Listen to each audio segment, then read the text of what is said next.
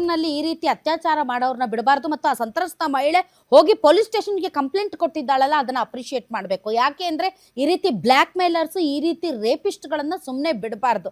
ವಿಡಿಯೋಗಳನ್ನ ಮಾಡ್ಕೊಳ್ಳೋದು, ವಿಡಿಯೋಗಳನ್ನ ಇಟ್ಕೊಳ್ಳೋದು, ಅವುಗಳನ್ನ ಪಬ್ಲಿಕ್ ಮಾಡ್ತೀನಿ, ವೈರಲ್ ಮಾಡ್ತೀನಿ ಅಂತ ಇನ್ನಷ್ಟು ಕಾಮದ ತೃಷೆ ತೀರಿಸ್ಕೊಳ್ಳೋದು, ಹಣಕ್ಕೆ ಬೇಡಿಕೆ ಇಡೋದು, ಇದಕ್ಕೆ ಹೆದರಿ, ಸಮಾಜಕ್ಕೆ ಹೆದರಿ ಹೆಣ್ಮಕ್ಳು ಪ್ರತಿದಿನ ಸಾಯ್ತಾರೆ.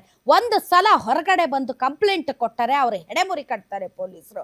ಬಿಹಾರದಿಂದ ಟೈಲರಿಂಗ್ ಕೆಲಸಕ್ಕೆ ಅಂತ ಬಂದಿದ್ರಂತೆ ಸಂತ್ರಸ್ತೆಯ ಗಂಡನಿಗೆ ಈ ಮೌಲ್ವಿ ಜಹಾಂಗೀರ್ ಪರಿಚಯ ಆಗಿದ್ದಾನೆ. ಮೌಲ್ವಿಯ ಭಕ್ತಿ, ಪೂಜೆ ಇವೆಲ್ಲ ನೋಡಿ ಈ ದಂಪತಿಗಳು ಮಾರು ಹೋಗ್ತಾರೆ. ಆತ ಅಂದ್ರೆ ಗಂಡ ಟೈಲರ್ ತನ್ನ ಹೆಂಡತಿಗೆ ಮೌಲ್ವಿಯ ಸೇವೆ, ಏನ್ ಮೌಲ್ವಿ ಸೇವೆ ಮಾಡೋದು, ಏನ್ ಸೇವೆ ಮಾಡ್ಬೇಕು ಅವ್ರದ್ದು, ಏನ್ ಸೇವೆನೋ ಏನ್ ಕಥೆನೋ, ಇದನ್ನೇ ದುರುಪಯೋಗ ಪಡಿಸಿಕೊಂಡು ಮೌಲ್ವಿ ಅತ್ಯಾಚಾರ ಮಾಡಿದ್ದಾನೆ. 2023ರಲ್ಲಿ ಅತ್ಯಾಚಾರ ಮಾಡಿ ಒಂದು ವಿಡಿಯೋ ಮಾಡ್ಕೊಂಡು ಇಟ್ಕೊಂಡಿರ್ತಾನೆ. ಮನೆಯಲ್ಲಿ ಏನಾದರೂ ಈ ವಿಷಯ ಹೇಳಿದ್ರೆ ನಿನ್ನನ್ನು ಕೊಲೆ ಮಾಡ್ತೀನಿ ಅಂತ ಬೆದರಿಕೆ ಹಾಕ್ತಾನೆ.